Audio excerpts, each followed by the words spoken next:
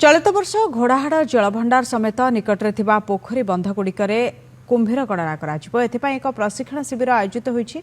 ब्रह्मपुर वनखंड अधिकारी शनी खुकुरଙ୍କ अध्यक्षतार आयोजित यह प्रशिक्षण शिविर में एसीएफ गंजाम विज्ञान महाविद्यालयर जूलोजी प्रोफेसर जोग देइथिले। 3 दिन धरी यह गणना आरंभ होईछि।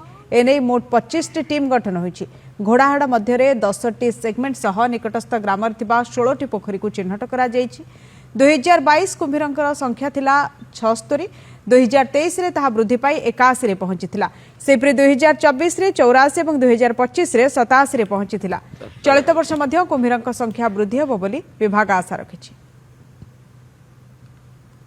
बहुत खुशी लगुच ब्रह्मपुर वनखंडर जो घोड़ाहाड़ वाटर रिजर्वर अच्छी एटा कुंभीरंक पई संरक्षण रही एवं प्रति वर्ष एठी कुंभीरंक संख्या ग्रेजुअली बढ़ी चली एवं संरक्षण दिगरे वन विभाग जो प्रयास रही कुंभीर संख्या बढ़ुची बोली आमे कहि परिबा। खुशी लगुच पर्यटक भी आगमन होची कारण गंजाम जिला को प्राकृतिक परिवेश देखा हो कुंभीर देखा हो कि निकटरे विभिन्न जो पर्यटन स्थल अच्छी लोक बुलवाक आसुचंदी। पाखापाखि 25 टी टीम नियोजित अच्छी घोड़ाहाड़ रिजर्वर एवं आखपाखर पोखर कुंभीर गणना पे। वर्तमान कुंभीर गणना प्रक्रिया 2026 चालू रही अछि। आज लास्ट दिन ऑलरेडी 2 दिन ऑलरेडी गणागणी चली आज फाइनल तार रिपोर्ट दिया जिवो। हमरो एठी 10टा टीम ऑलरेडी डैम भितरे गणना करूचंती। बाहर किछि वाटर बॉडी जो अछि जोटा कि पॉन्ड नियर दैट लेक्स गुडा तादरे भी किछि गणना चलिबो।